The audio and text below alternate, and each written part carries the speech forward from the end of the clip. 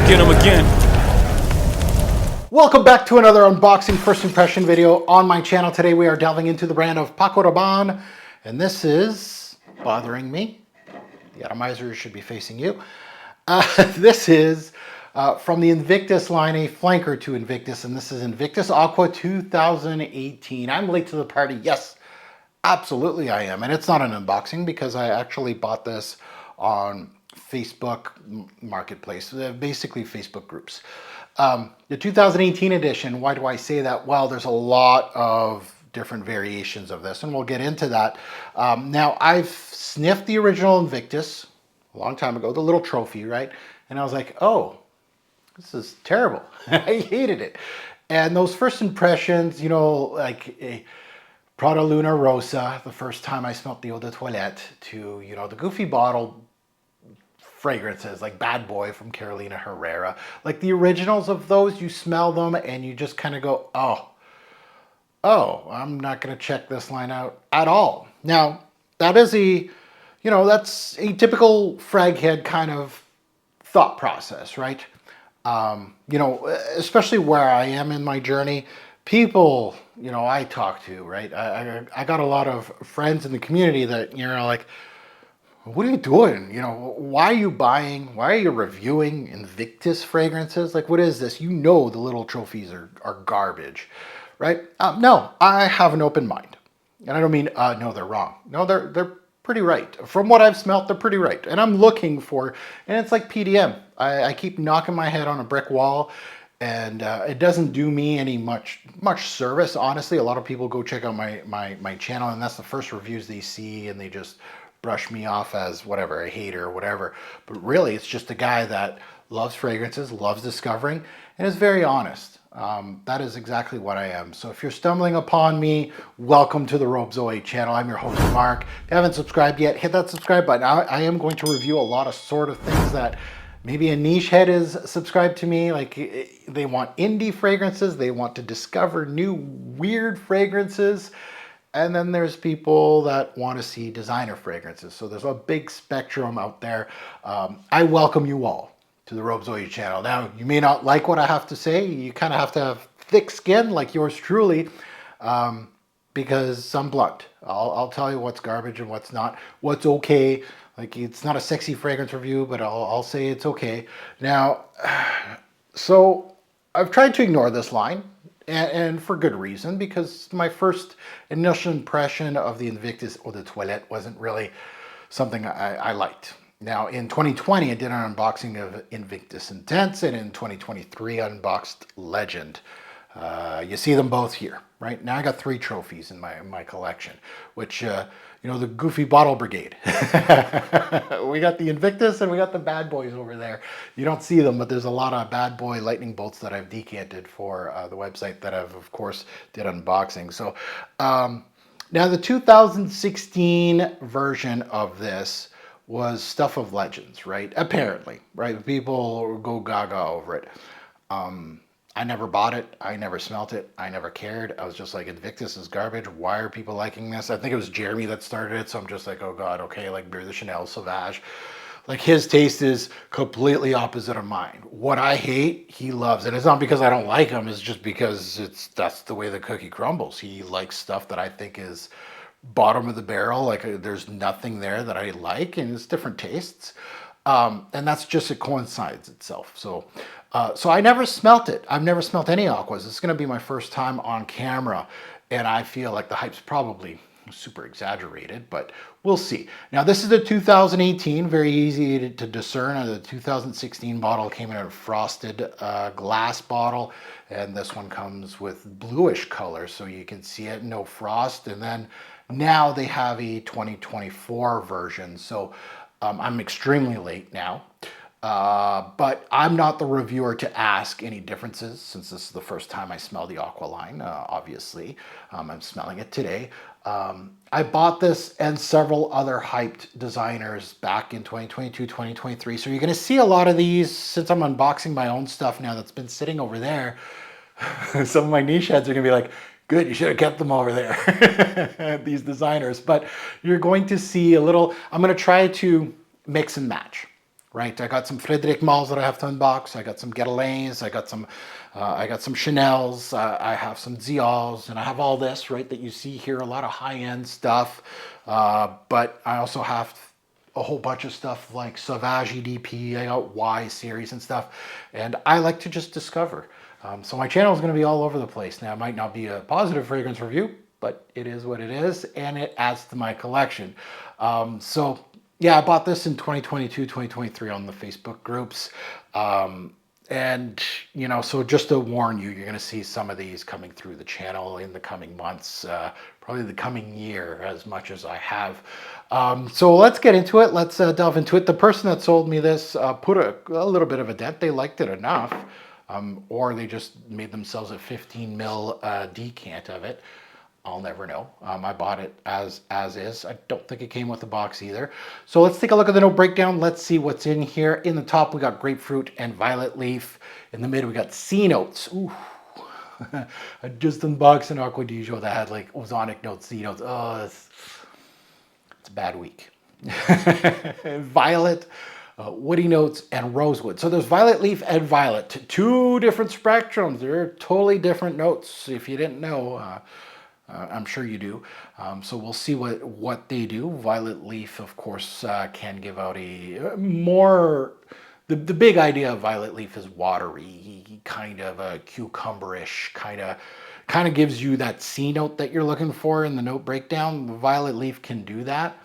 And violet itself mostly is known for its powdery aspect, mostly. There's obviously different, several factors on each note, but I'm not going to spend too much time on that.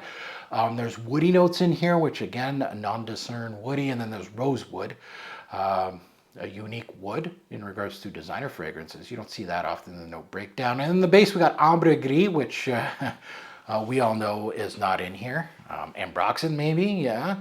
And amber wood. Okay, you got the mishmash of the two things that probably a lot of niche heads absolutely hate. Obviously released in 2018, it's in the name.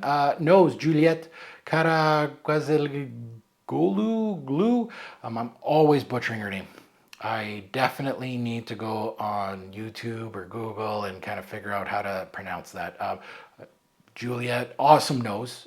Nose that I've seen in a lot of fragrances lately. And Nicolas Beaulieu. So let's look at pricing. Obviously pricing, not applicable. It's discontinued. Obviously there's a new flanker already out. You can find it online. You have to search. Like I think I paid under $100 for this, and that's why I got it. I think I paid like 50. But, you know, on eBay, this is probably like $300 right now. So, win for me. This is going on eBay tomorrow. No, just kidding. It's staying in the collection. I'm not selling it, even though it's going to be bad. So let's delve into it. Let's see. I'm not a fan of the trophies. You can go search out my two other unboxings. I don't think I've done any reviews because looking at the dents on these, they haven't been touched. They haven't. So let's delve into it. Atomizer's pretty good for a trophy, and these atomizers, like these built-in goofy looking atomizers, usually aren't very good, but this trophy is pretty good. So let's smell this one.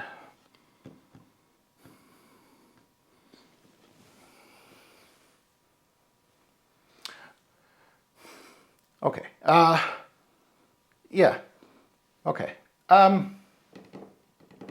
Not as bad as the Eau de Toilette. And we're not going to, you know, throw fireworks in the air and say masterpiece, 10 out of 10.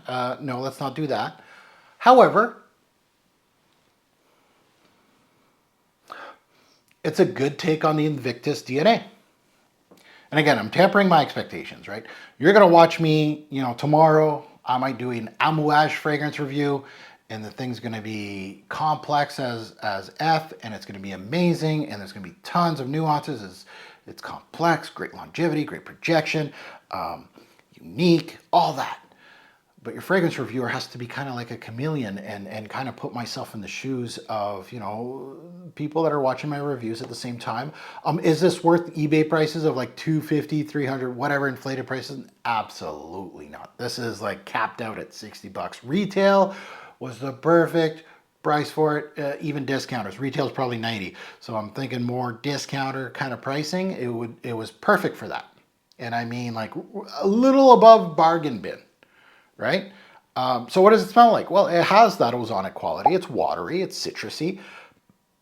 It's not synthetically bad as the original, but still synthetic. Like it's not, no fireworks here. It's aquatic. It has a little bit of a salty tinge. I kind of like that. Usually these sweet aquatic fragrances aren't my thing at all. Aquatics, period, are not my thing. It's not as bad as the original Invictus, that it really just bogs down. It is aquatic. There's a little bit of a salty quality. There's a little bit of woody nuances. Citrusy, again, the grapefruit's there, but it's not the best grapefruit in the game. It's just there. The thing I like about this one is the sweetness is toned down. That ambroxan is, not synthetically terrible. That it's like ambroxan's like a big baseball bat and somebody trying to hit you in the head with it. And ambroxan, they hit you in the head. Like it's giving you a headache, but you're just sitting there and you're just taking it. This is like they're missing your head. They're like like you can feel a little bit of it. The air of it. It's there. It's smoother. It's actually more mature. As much as I want to eat my words, it's almost a more mature version of Invictus and thinner, which actually tones down a lot of the bad parts of Invictus. For me, yeah, the sweetness is toned down quite a bit, which is such a plus. The grapefruit is just okay. Like it's nothing groundbreaking. It's your typical grapefruit, right?